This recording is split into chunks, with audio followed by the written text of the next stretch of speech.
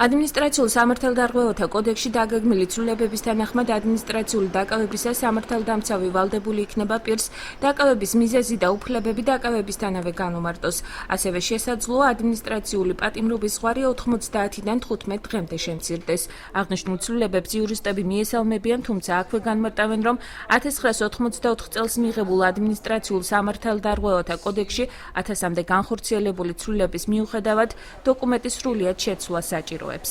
ჩვენ ხელმძღვანელობთ 1984 წელს მიღებული კოდექსით ვთვლი, რომ აღნიშნული კოდექსი ძირეულად საფუძვლად არის შესაძლებელი. საკმაოდ მნიშვნელოვანი და მისასალმებელი არის საკითხი იმის შესახებ, რომ ადმინისტრაციული დაკავების უადა უნდა შემცირდეს 90-დან 15 დღემდე. ეს რა თქმა უნდა მისასალმებელია იმ პირობებში, როდესაც ადმინისტრაციული წესით დაკავებულ ადამიანს და სისხლის მართლმსაჯულებას მიცემულ ადამიანს განსხვავებული სამყოფელი არ გააჩნიათ საჩილავსო დაწესებულებაში. ამიტომ ეს არსებითად მნიშვნელოვანია ამ ცვლილებებში. კიდევ ერთი ცვლილება სასამართლოს დაავალდებულებს ნარკოტიკებთან და ხულიგნობასთან დაკავშირებული ადმინისტრაციული დარღვევები დაუყოვნებლივ განიხილოს. დოკუმენტში აღნიშნულია, რომ დამკვიდრებული პრაქტიკა არღვევს მოქალაქის უფლებებს, რადგან მას დაკავების რეჟიმში იმაზე მეტი ხნის განმავლობაში უწევს ყოფნა, ვიდრე ამას საქმის წარმოება მოითხოვს. ამ დროს კი ხშირია პოლიციელთან კონფლიქტის ფაქტებიც, რომელსაც დამრღვევის დროებითი მოთავსების იზოლატორში მოთავსება თავისი სამუშაო დროის ამოწურვის მიუხედავად უწევს. აღნიშნული ცვლილების განხორციელებას ადვოკატების ნაწილი შეუძლებლად მიიჩნევენ, რადგან თვლიან, რომ სასამართლოში მისი განხორციელებისთვის შესაბამისი რესურსი არ არსებობს.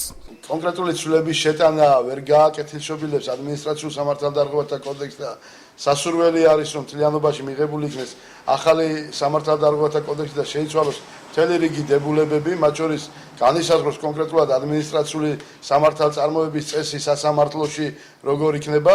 გარდა ამისა, რესურსი იქნება, მე ვფიქრობ, არასაკმარისი განსაკუთრებით ქალაქებში, იმიტომ რომ კონკრეტული მოსამართლეები საქმეებს იხილავენ და მათ ეს საქმეები ხშირ შემთხვევაში წინა დღეებში აქვთ ჩანიშნული. თუ კი გამოიყოფა კონკრეტული მოსამართლე თუნდაც მხოლოდ ადმინისტრაციული სამართალდარღვევათა საქმესად წარმოებისათვის, ამ შემთხვევაშიც კი ის ვერაუა ამ საქმეების განხილვას. საჭიროა თუ არა აღნიშნულ კოდექსში ცვლილებები საქართველოს შინაგან საქმეთა მინისტრი კომენტარს ვერ აკეთებს და აცხადებს, რომ ამ მხრივ ინფორმაციას არ ფლობს. ალექსანდრე ჭიკაიძის განცხადებით, ეს საკანონმდებლო ორგანოს გადასაწყვეტია. შეცნობილი არ არის ეს საკანონმდებლო ორგანო არის და მათი გადაწყვეტილებაა. ადმინისტრაციულ სამართალდარღვევათა კოდექსში ცვლილებათა პაკეტი საქართველოს პარლამენტის იურიდიულ საკითხთა კომიტეტმა მოამზადა.